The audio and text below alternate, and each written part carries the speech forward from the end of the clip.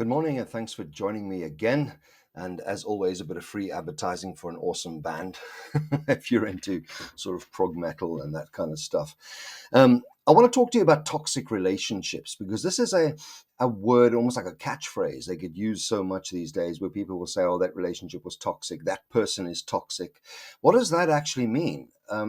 See, toxic means poisonous. It comes from the word toxin meaning a poison.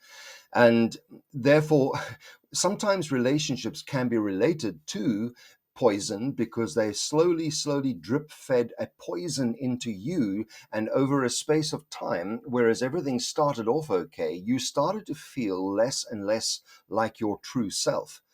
And sometimes a poison can be that. It can be a very slow acting poison that is drip fed into your system that you're not even 100% aware of, but you start becoming more and more aware of as time goes by, because you start to say, hold on, I'm not quite feeling myself anymore. So toxic relationships, they take more than what they give.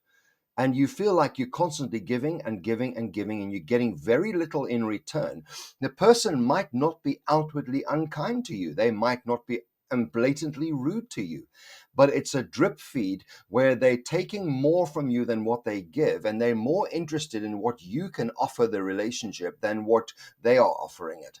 And they don't ever take your feelings into consideration, but they will do things because they realize, hold on, you're quite easy in the sense that you don't complain much. So let me get on with my life and behaving the way I am because nobody's calling me out on it. And that person has now become the toxicity into you, into your system, and into the relationship they have with you. People that are toxic in their relationships, they make you feel less of a person. And they start making you feel guilty about things that you actually were not guilty of. There's a term for that. It's called gaslighting. That's when somebody makes you feel guilty and you start to actually doubt yourself. You start to think, maybe this person actually has a point. Maybe I really am a horrible person. Maybe I was to blame for that. Even young kids will talk about situations in the playground, where they fell out with somebody and they were made to feel as if it was their fault when they actually analyze it and they think to themselves, oh, hold on, I had nothing to do with that. But I've been carrying the guilt of it because somebody else put that on me, and I have been gaslighted into the point where I feel that I have to sort of second guess myself and say, hold on, did I really do or say something that unkind? They make you feel also that you need them. So when you start standing up for yourself, they start saying things like, listen, I'm your only friend, so you don't want to treat me like that. Don't push me away because there's nobody else. Don't even try reporting me because no one's going to believe you and no one likes you anyway except me. You need me. They say things to you like no one else is there for you, but I'm there for you all the time. And when you actually look back over the relationship, you start to realize they haven't been there for you once. They've never been there for you. And so you start once again to doubt yourself. How do you overcome toxic relationships? Well, when you start to realize that you're in one, you need to start setting your boundaries. You are a human being with every right to be here on this planet, and you have a voice, you have feelings, you have emotions, and you have opinions, and you are allowed to express those appropriately and in a non-damaging situation so that you do not become the toxic one. You need to set boundaries for people. You're not allowed to talk to me like that. That's setting a boundary. You're not allowed to just walk into my room like that. Even children with parents, we've got to observe our children's boundaries. And when my children were of a certain age, I would knock before I came into the room because that's just polite. And I was teaching them that I respect them as an individual. I'm never doubting that I can't walk in on whatever they're doing in their room. But the fact of the matter is, I was indicating to them that I hold their privacy as a dignity, and therefore I will not invade their privacy without their permission. And so I will knock on the door. Set boundaries for yourself.